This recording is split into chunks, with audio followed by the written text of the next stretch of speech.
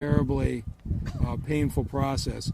But if you rewind to March or April of last year, we were losing 50 a day. And you remember the governor opened up the TCF Center with more than 1,000 beds in it. There was a projection that the tragedy could have been far greater. In this city, the people of Detroit committed to the testing, committed to the social distancing. But throughout this process, we have had great leadership from Gretchen Whitmer. And it hasn't always been easy. There was one week where they were marching on her for not starting high school sports, and then they were beating up on her for having loosened things up too quickly. And I thought, this is a tough job, because no matter what you do, you get second guessed. But what we saw was a calm, thoughtful, steady response. And I have to take some credit, since she stole the city health director, Dr. Jonay Caldoun, just in time to lead that effort. But now we're reopened. People can begin to re-engage, and we're going to have to still be vigilant. We've got more people who need to be vaccinated, and make no mistake, this fall, this Delta variant, we're going to see this come back up again. It's going to happen if we don't get vaccinated. So none of us are slowing down on the efforts. Please keep talking to your friends and relatives that haven't been vaccinated yet. I haven't met a single person, and I've talked to lots of people that are getting vaccinated. I haven't had a single one that didn't call me afterwards and said, thank you so much for convincing me to do that. The stress that's out of your life, the ability to see your loved ones and not worry, makes all the difference. And so I'm really pleased. This was a place where Rochelle Riley hosted, I think, the country's single finest memorial to the people we lost during COVID. And now this island is a place of celebration that says life is coming back to normal. And with that, I want to introduce a resident of the city of Detroit and our partner from beginning to end, Lieutenant Governor Garland Gilchrist. All right, thank you, Mr. Mayor, and welcome everybody to Belle Isle State Park in Detroit. I'm really proud. See, I didn't realize we were going to do this press conference from literally right here, because about 8 days ago, I was flying kites with my children right here at that picnic table. So this is a really great place to come and to mark progress and to celebrate the state of Michigan moving forward. I want to thank Mayor Duggan for hosting us today. I want to thank Dr. Jonay Caldoun for her just fearless and forthright leadership during this pandemic. And we have some great folks here. Yeah, please. I'm going to brag on her some more later, so just give me a minute. But I also want to acknowledge the fact that we have some folks joining us today. We have Tanisha, and we also have Tiffany from Delicious Dog 313. This is about how we can fully re-engage people in the types of activities that we miss, including getting hot dogs from food trucks. So everybody please go and celebrate that. And certainly Governor Gretchen Whitmer, who, as the mayor alluded to, has really been a steady voice of reason, perspective, decisiveness, and care during this pandemic. I want to thank all of you. We have so many friends here today for joining us at Belle Isle. We are here to salute how resilient the people of Michigan are and how resilient we've been for the last year and a half. This marks a turning of the page on this pandemic, and doing so on our own terms. But the journey to get here was not easy. It's been a very difficult and challenging one. At the start of the pandemic, the city of Detroit was one of the epicenters for the depths of despair, cases, and deaths from COVID-19. And as a Detroiter, I felt this personally. I've said goodbye to 27 people from this deadly virus. This virus hit our city hard, but we showed that we're harder, that we're tougher in Detroit and in Michigan, that we bounced back and we came together to combat COVID-19. Yes, this virus changed every aspect of everything for a year and a half. We weren't able to celebrate birthday parties or weddings or family barbecues, go to church together in the same way. But despite those missed opportunities, despite those changed plans, we've seen the brightest lights shine through the steadfast commitment that we all have shown to just taking care of one another, the determined resolve of our neighbors to be there in these trying times. And so while today we stand before you hopeful and optimistic, we must not forget those to whom we said goodbye. We must build upon their legacies. Today we start to build that bright future in the name of those people. And as we look to it, we'll honor our sisters, our brothers, our neighbors through the culture that we create, through the inventions that we imagine, the businesses that we build, and the love that we share. So as I reflect on these past 18 months further, I think about the medical experts at every level and our health professionals who were on the literal front lines.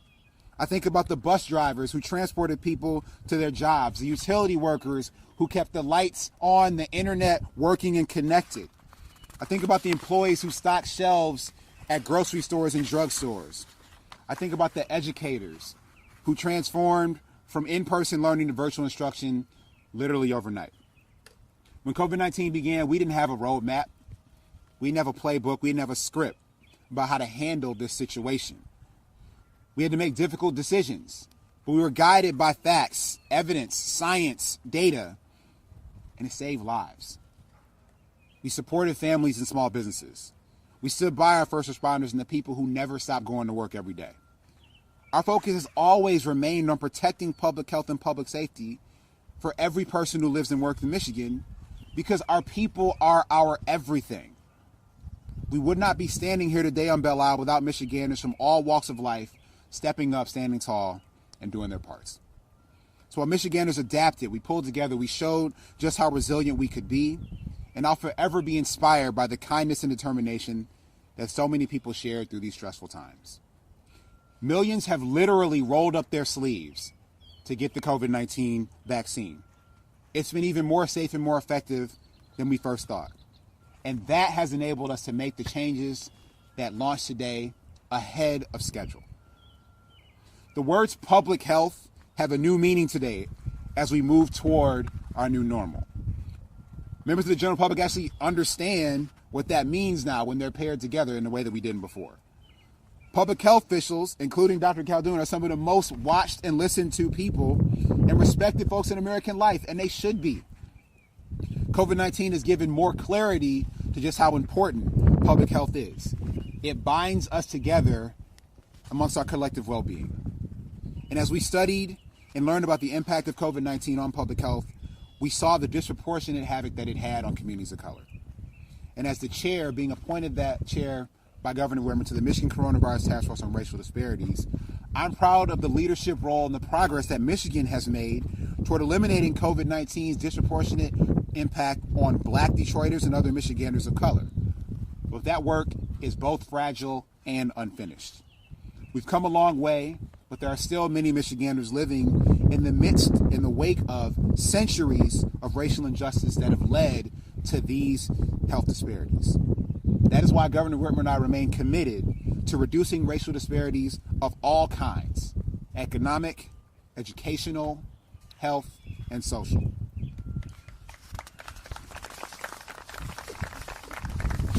I want to close with the words of Macy Jameson. She was the first Black woman to go to space. And she once said that the best way to make dreams come true is to wake up. Well, the sun is rising as the darkness of this pandemic recedes and gives us a bright, beautiful day like today. It is time for all of us to both wake up and rise up and move forward toward the prosperity that is possible as we again unlock the full economic potential of the people of Michigan. So now, before I turn the podium over to Dr. Jonae Khaldun, I want to thank you. I want to thank you for your example. The people of Michigan and I are so grateful for your leadership, your expertise, your tenacity, your knowledge, your professional experience and compassion. It has been invaluable to our state and, frankly, a beacon to our nation, as she is now part of the COVID Equity Task Force appointed by President Joe Biden and Vice President Kamala Harris. There's no wonder why they asked you to be in this leadership role. Just thank you for everything that you have done, that you're going to continue to do for the state of Michigan. We could not have done this without you. And so with that, I turn the podium now over to the Michigan State Chief Medical Executive, Dr. Jonae Caldoon. Wow, thank you. Thank you so much. Good afternoon. I'm just so humbled and so excited to be here today on such a very just glorious occasion of releasing the epidemic orders. And I, of course, have to thank Mayor Duggan for bringing me back home over 5 years ago. I had no idea what I was signing up for, but thank you for bringing me back home from the East Coast. And of course, to the Lieutenant Governor and the Governor, thank you for asking me to come up to Lansing and for believing in me. I truly really appreciate it. Thank you. And also, I'd say for all of your bold leadership throughout this pandemic. So the past 15 months of fighting this pandemic has been grueling and something that I certainly never imagined that I would be doing, and I think none of us could have ever imagined we would have to experience. Over 893,000 Michiganders have been infected by this terrible virus, and over 19,000 Michiganders have lost their lives. And unfortunately, the virus has not spared anyone of any age, and as the Lieutenant Governor mentioned, it has absolutely devastated communities of color. But because of the work of all of us, of people all across the state, we are now at the lowest case rate that we have seen since this pandemic started. Under 18 cases, yes, under 18 cases per million people. Our percent positivity is under 2%. And we've seen over about 9 million doses of the safe and effective vaccines in arms across the state, and that is cause for celebration. So there are so many entities and individuals who have contributed to this incredible progress. I know I'm going to miss some folks, but I thought I'd just take a moment. I want to especially thank the staff at MDHHS. They have worked diligently throughout the entire pandemic. Some of them have not had a single weekend off until last week, actually. They've worked to track and report cases, respond to outbreaks, support our local businesses and our schools and our local health departments, and they've been working to implement policies that assure access to food, healthcare, and social supports. And I also want to really take a moment to thank our state epidemiologists. I think this pandemic has showed us how important epidemiology is and how important epidemiologists are. So Dr. Sarah Lyon-Callow is our state epidemiologist, and without her, I and this state certainly would not be where we are today. So I absolutely want to thank her. I also want to thank our frontline healthcare workers. I've had the honor of also continuing to work in the emergency department at Henry Ford Hospital throughout this pandemic. I can tell you our frontline healthcare workers, our staff, our nurses, our doctors, our techs, they have just been amazing and incredible, sometimes even risking their own lives, so risking themselves getting infected and their families, but they still showed up every day to take care of patients, and it's been just an honor to work alongside them. And finally, thank you to our local health departments who are the boots on the ground public health leaders across the state who are really working to fight this pandemic. And all of you have Denise Fair in the city of Detroit. Yes, she has just been incredible. I was just so honored to pass the baton to her, the Detroit Health Department, and she has helped save so many lives here in the city. So thank you for your leadership. So I always say that the work of the public health department is not just about the work of public health. It's not just about the work of the health department. So people across the entire community have stepped up. Many of you, businesses, hospitals, school districts, community-based organizations, and just everyday people. You've done what it takes to protect yourself and each other. So whether it was social distancing, making sure you were washing your hands, wearing your mask, isolating, and getting a vaccine when it was your turn, Michiganders have shown up, you have shown grit, and that is why we are able to stand here today and rescind our broad epidemic orders. So I'm pleased with how far we've come, but as the mayor mentioned, our work is not over. And while our cases and our test positivity rate are low, the pandemic has not ended. There are still many people who have not been vaccinated, and we have not yet achieved herd immunity. And we still have the more easily transmitted variants across the United States and here in Michigan. We've identified the new Delta variant here in the state, and this variant is even more easily transmitted than the Alpha variant and potentially causes even more severe disease and may not be susceptible to monoclonal antibodies, a treatment for people when they get COVID-19. So the single most important thing we can all do right now to fight back these variants is to get vaccinated. MDHHS and our local health departments, I know Director Fair, we're still working very hard with our partners across the state to make sure vaccines are accessible for everyone in every community, whether that's in a doctor's office, at a church, or even in your home, if that is what is necessary. So if you are not yet vaccinated, you should still exercise a little bit of caution. So social distancing, wearing a mask, especially in indoor public spaces, quarantining, and getting a test if you've been around someone who has COVID-19. And please, please do get your vaccine as soon as you can and do not delay any longer.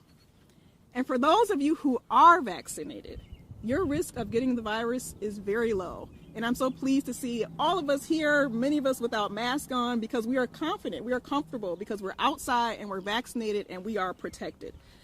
So I ask that all of you who are vaccinated, please continue to tell your story. Talk to your friends and family members about your experience and your why for why you got the vaccine. So we've come so far, and I'm just so proud and so pleased to be here. The worst of the pandemic is absolutely behind us. So let's keep up our trajectory. Let's get more shots in arms, and let's end this pandemic once and for all and absolutely get everyone back to normal. So thank you. With that, I will turn it over to Tiffany Barber. Thank you so much, Doctor, and I want to thank everyone for being here today. Thank you to our valiant leader, Governor Gretchen Whitmer, and our Lieutenant Governor for all of her work. My name is Tiffany Barber, and I am a small business owner here in the city of Detroit.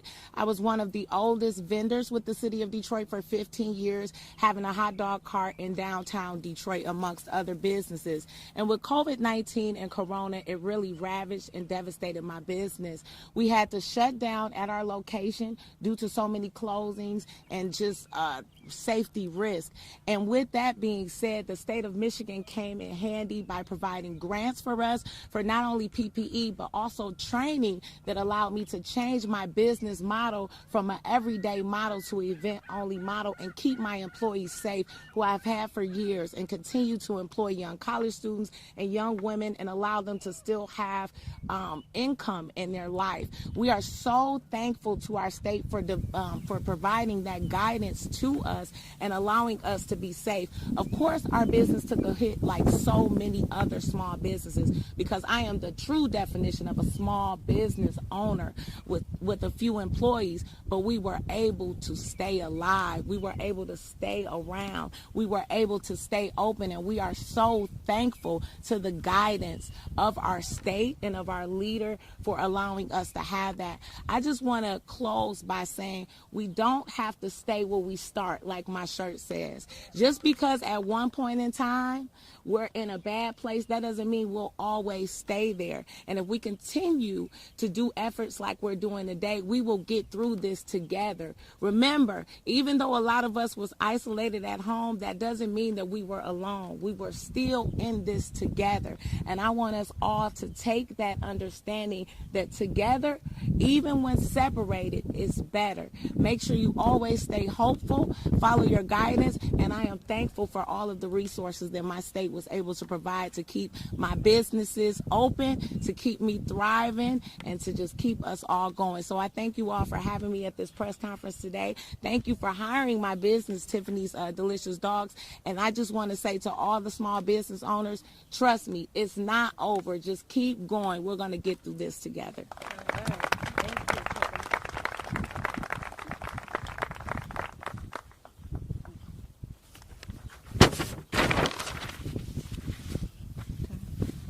Hello, everybody. Allow me to introduce myself. My name is Tanisha Nesbitt. I'm a Wayne County Community College District student, Phi Theta Kappa member, and thanks to our wonderful governor, a Michigan Reconnect recipient. As a single-parent mother whose daughter was born with multiple medical needs, I can't begin to express how deeply grateful I am for the bridge over, as I put it, troubled waters that I was facing. Without the Michigan Reconnect program, I would not be able to have this bridge and opportunity to continue pursuing my educational endeavors of becoming a nurse and a friend to the sick. I can only tell you that as a single parent mother, every nickel and dime matters. Every opportunity counts. And thanks to our governor with her unwavering convictions about the pandemic and about giving individuals like myself opportunities, I don't know what I would do. I don't know where my daughter and I would be. And so without further ado, I would like to introduce our governor of the state of Michigan, Miss Gretchen Whitmer. That was great. You didn't even need any notes. All right. Well, thank you. Tanisha was wonderful. She came up with notes and she never even looked down. So I'm glad to be here with all of you. Mayor Duggan, who's been such a great partner and such phenomenal leadership here in the city.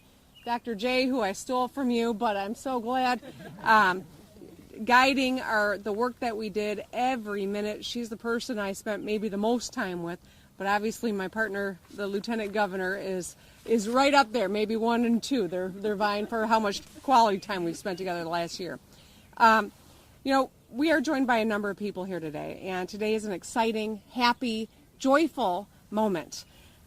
This is an exciting announcement that we are now dropping the EPI orders. Effective today, there is no more mask or gathering order. Effective today, there are no more capacity limits, indoors or outdoors. Effective today, our Pure Michigan summer is back and we can realize it.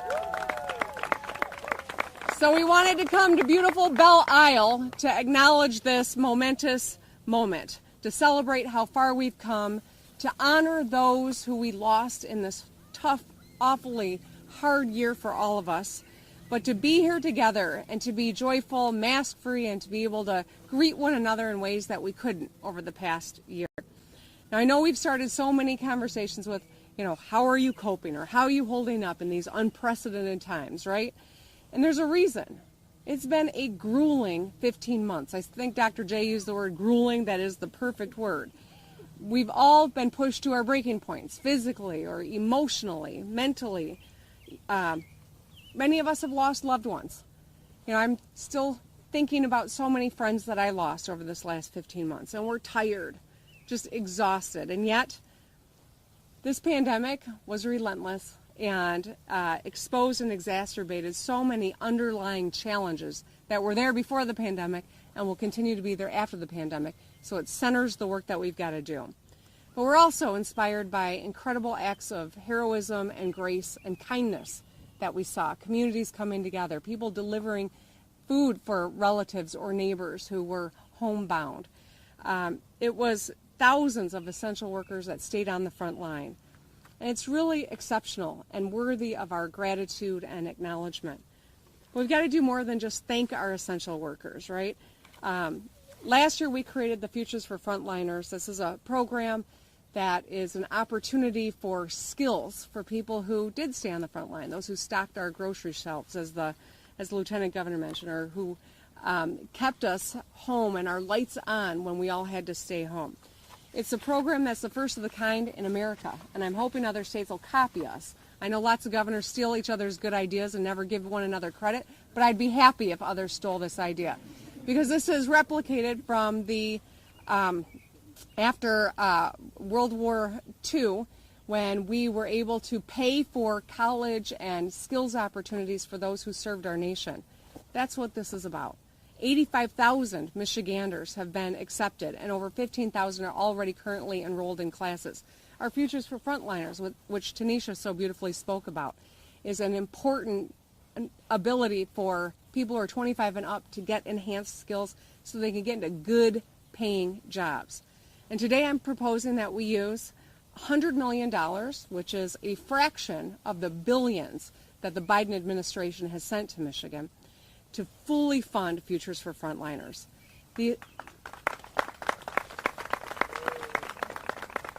So this infusion of resources would fully fund 2 years of college for the over 15,000 recipients who are already in taking classes. And it would allow us to expand the program to cover those who were unemployed because of the COVID surge. this winter. And this is what we've laid out in my budget. Every day throughout this pandemic, our frontline heroes woke up, they put on their masks, they got to work on behalf of their fellow Michiganders. They saved and contributed to the saving of countless lives in our state. And so it's not just gratitude, but it's opportunity that we want to create for them. Additionally, I want to once again acknowledge and lend my strong support for hero pay for our essential workers as well.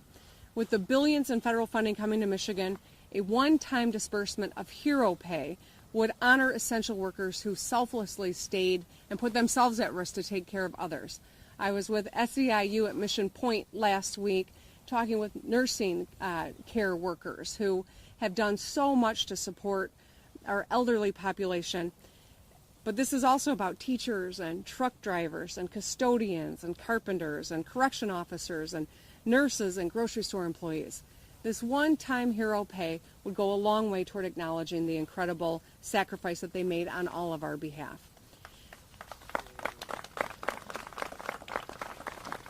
I appreciate Rochelle leading the clapping. Thank you, Rochelle. As we look ahead, we've got a lot to look forward to just beyond a beautiful summer, right? We've got an unprecedented opportunity to use this $3.5 billion surplus, all right? 12 months ago, we thought we were going to have a $3 billion deficit. We now have a $3.5 billion surplus. This is an opportunity where we can make transformational change. So I want to lay out a couple of things that we're doing to help us emerge from this pandemic stronger than ever. There are broad economic issues that we face as we continue our comeback. We need jobs that pay higher wages to attract applicants. Small businesses need capital to ramp up hiring and boost investment in their internal operations. And childcare is plainly out of reach for too many Michiganders. So to address these changes, we've introduced the Economic Jumpstart Plan. This is a plan to boost wages to at least $15 an hour by giving businesses grants to cover the difference between the wage they pay and $15 for the next 3 months. This is an investment of $1.4 billion in addition in child care. So to boost this industry so that we can pay providers and child care professionals more, make 150,000 more kids in our state eligible for no cost or low cost child care, and give all student parents, give all student parents enrolled in Reconnect or Futures for Frontliners access to free or reduced cost child care. And for small businesses, we're making available grants up to $20,000 for rent, taxes, payroll, mortgage, or operating expenses. To further support small businesses, we've announced the Back to Work incentive. Now, under this new incentive, eligible laid-off employees can earn $300 per week in addition to their salary. So not have to choose, but to earn it in addition. This is an incentive to draw down this federal dollars and use it for people who get back into the workforce. We should expand this so that it's not just people returning to the job they had pre-pandemic, but getting into any job. We need the legislature to help us on that front. So since it's 100% federally financed through September 4th, there's zero impact on the employer or on the state budget. So businesses are able to hire new employees and returning employees. But we need the legislature to change the statute so that we can expand this for everyone. And we can utilize our surplus and federal dollars to make schools safer and help all students reach their potential. There's no question we've got a lot of work to do to meet the needs of our students. This has been a disruption unlike anything we could have imagined. And so, providing districts with hundreds of millions of dollars to address the hiring needs, retain more educators, psychologists, social workers, counselors, and nurses. We want to invest in a weighted foundation formula that acknowledges we've got to reach for equity here, not equality, but equity, and make a one-time capital investment of $500 million to build up school infrastructure. Now, critically, we are in a position to do what Proposal A imagined almost 30 years ago and close the per-pupil funding gap in Michigan. Now is the time to do it. So these are the kinds of investments that we can make to grow our economy and come back stronger than ever. I think we all know that economic recoveries take time, but I think we all know we've got the wind at our back and we don't have time to waste. So these resources will help propel us forward. We got a big task ahead of us, but we are up to this task because we know Michigan might get knocked down like everyone else, but we dust ourselves off and we help one another get back up. Thanks to the sacrifices and the efforts of so many people, today we can have a collective sense of optimism. We can breathe safely and knowing that we can hug and love our friends and relatives. And this is a wonderful moment. So I'm excited about this. Take a moment to envision the quintessential summer ahead. Do you see yourself sitting on the shores of a Great Lake or hanging out on Belle Isle, eating a cone of Superman or Mackinac Island fudge? Yeah? I know you all know ice cream, right? All right. Perhaps you're crossing a bridge and heading up north. Maybe you're going camping or shopping locally, getting out and about. We've got the ability to do all these things, and I'm excited about that. And the reason we can move forward so confidently is because so many people in this state took this seriously, did their part. We've got more vaccinations to do, there's no question, and we're going to continue working on that front. We want to educate and answer questions of people who haven't gotten vaccinated yet. We need to give a little grace when we see someone who hasn't yet but has questions. Let's wrap our arms around them. Let's keep them safe, but also let's work to make sure that we get them vaccinated. Because right now we do know that the Delta variant is real and we got to take it seriously. But let's take this moment and celebrate the end of the epidemic orders, the opening of a pure Michigan summer, and the opportunity that lies ahead as we gin this economy back up. So thank you all for doing your part. Thank you for being parts of the solution and supporting one another, and thanks for being here.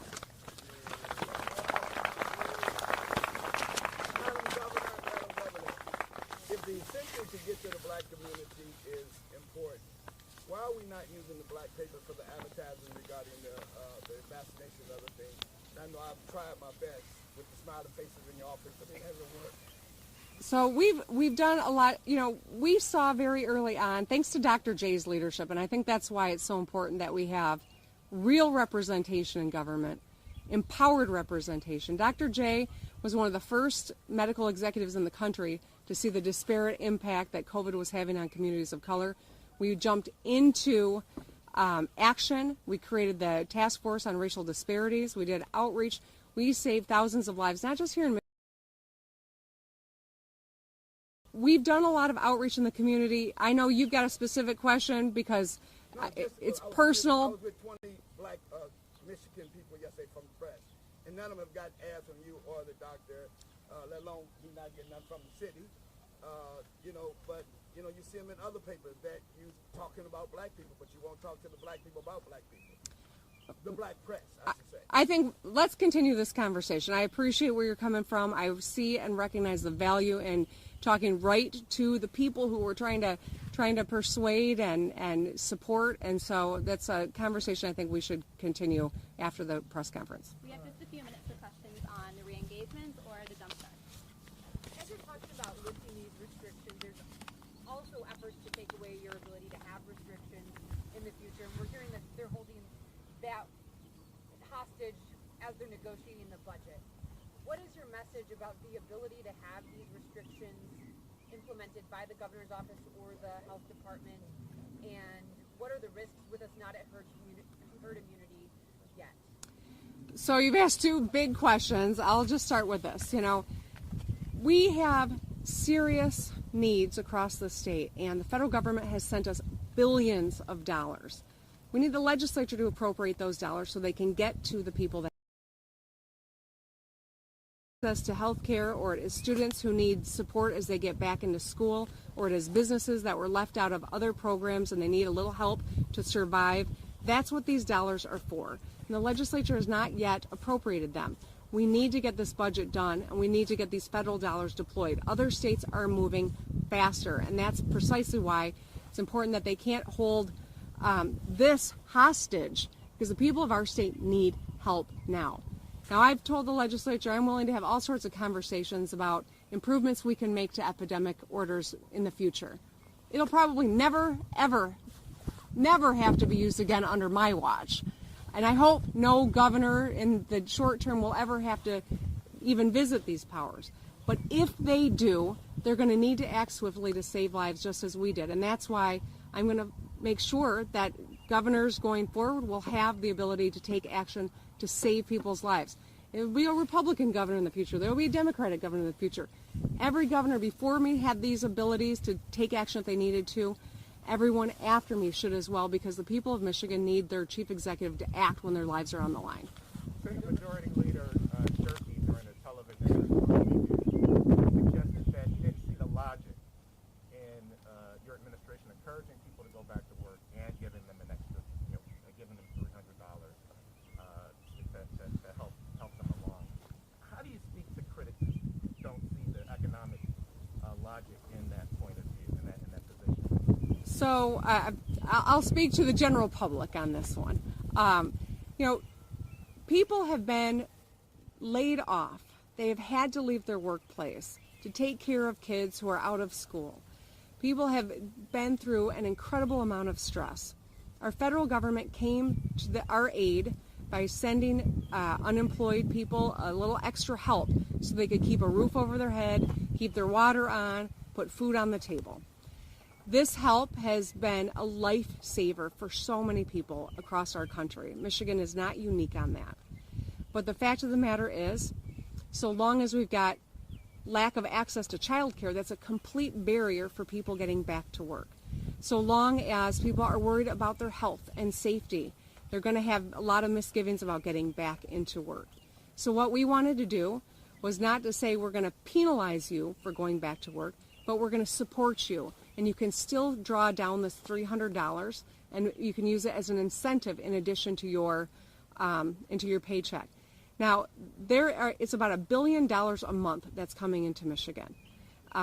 This money goes right into our economy, right into small businesses, right into paying rent and the foundational things that people need. And so to wage the kind of class warfare that some want to and penalize people who are on the fringes struggling to get by, I think is the wrong thing, and it hurts too many people. And that's why we want to use these resources as incentive to bolster a paycheck. You jump back into the workforce, you won't be penalized for it. In fact, you'll be rewarded for it, and you can draw down that $300 a week. Governor, now we've been hearing preface that the pandemic is not over. We have the Delta variant. In the fall, things could go up. Do you feel that our vaccination numbers so far will protect Michigan from having to go back into epidemic orders of any sort? Well, I'm pleased with our vaccination numbers. Certainly, I would like to see us get to 70% as quickly as possible. We're doing a lot of work to meet people where they are, working to get right into neighborhoods, partnering with churches, for instance. I mean, there's a lot of work on that front that is happening. There's no question that this Delta variant is real. It is. That's what viruses do, right? They mutate, they change, they morph. And at this point, these vaccines are still the best tool that we have to stay safe. And that's why we've got to encourage people to get vaccinated. Now, our legislature has not embraced this. I'm grateful for people like Stephanie Chang, our senator who is here, Senator Bullock who is here as well. I know we've got Representative Tanadar, and Representative Carter was here as well. I'm grateful for their leadership. But the majority in our legislature, the Republican leadership, has not done a lot to help our efforts to get people vaccinated. And that's one of the things that we're working to overcome. We also want to make sure people get their questions answered. And this is work that takes a lot of time and energy, and it would be great if the legislature would come together and support our efforts and do their part to encourage people to get vaccinated. Governor, at the current rate of vaccination, when would we expect to reach 70%? Okay, I'm glad Dr. J is here. You want to try that one, Dr. J? Get an easy one. Yeah, I don't have a crystal ball. We fully recognize, as expected, that our demand for the vaccines has decreased and we now have more supply than demand. But I'm confident that we will eventually get to 70% of Michiganders 16 and up. I can't give you an exact date, but I'll tell you we are working very hard, as I said earlier. Every pediatrician office, every primary care doctor's office. We're even vaccinating people. I vaccinated some people in the emergency department even. So we are doing everything we can to get out into neighborhoods and make these vaccines as accessible as possible. Where are we today, please? We're at about 61% of people aged 16 and up who are have gotten one dose. We can take 2 more questions. Governor, you've gone across the state sort of painting a vision of the economic restart. There hasn't been much public engagement from the Republicans in the legislature on that. Is that making any headway privately, or is it potentially hindering your chances? I know they've sort of felt left out of many of your announcements over the last year or so. Well, Emily, I can invite people to the table, but I can't force them to pull the seat out and sit down. So I continue to invite the legislature. When we talk about the Michigan economy, this isn't about Democrats, this isn't about Republicans, this is about small businesses, this is about people who are trying to take care of their families. This is about making sure that Michigan comes out of this pandemic in the strongest possible shape. We have to work together to make that so. I have put out some plans to show we can do this. I've worked with the business community to craft these plans. I invite the Republican legislature to be a partner here. I will continue to do that. No matter how poorly they treat me on occasion, I will smile and turn the other cheek because Michigan's economy is more important than any one person's ego in the city of Lansing. Last question. Why did you feel confident to open up the state a week early when we aren't yet at that threshold and we do have a Delta variant? So one of the words that we all have lived by over the last 15 months is nimble, right? We are watching the data. We are listening to the experts. We are pivoting when necessary. When the CDC changed their mask guidance, we had to move quickly. It was kind of a surprise, not necessarily a welcome one from some of our perspectives, but they did, and we were nimble. At this point in time, our COVID numbers have plummeted. Hospitalizations have. Our vaccination rates continue to climb, albeit a little slower than I'd like to see, but they're continuing to move in the right direction. And because of all these things, we felt comfortable moving forward today. But as always, it is always in consultation with Dr. J, Dr. Sarah Lyon-Callow, and our public health experts across the state. All right. Thanks, everybody.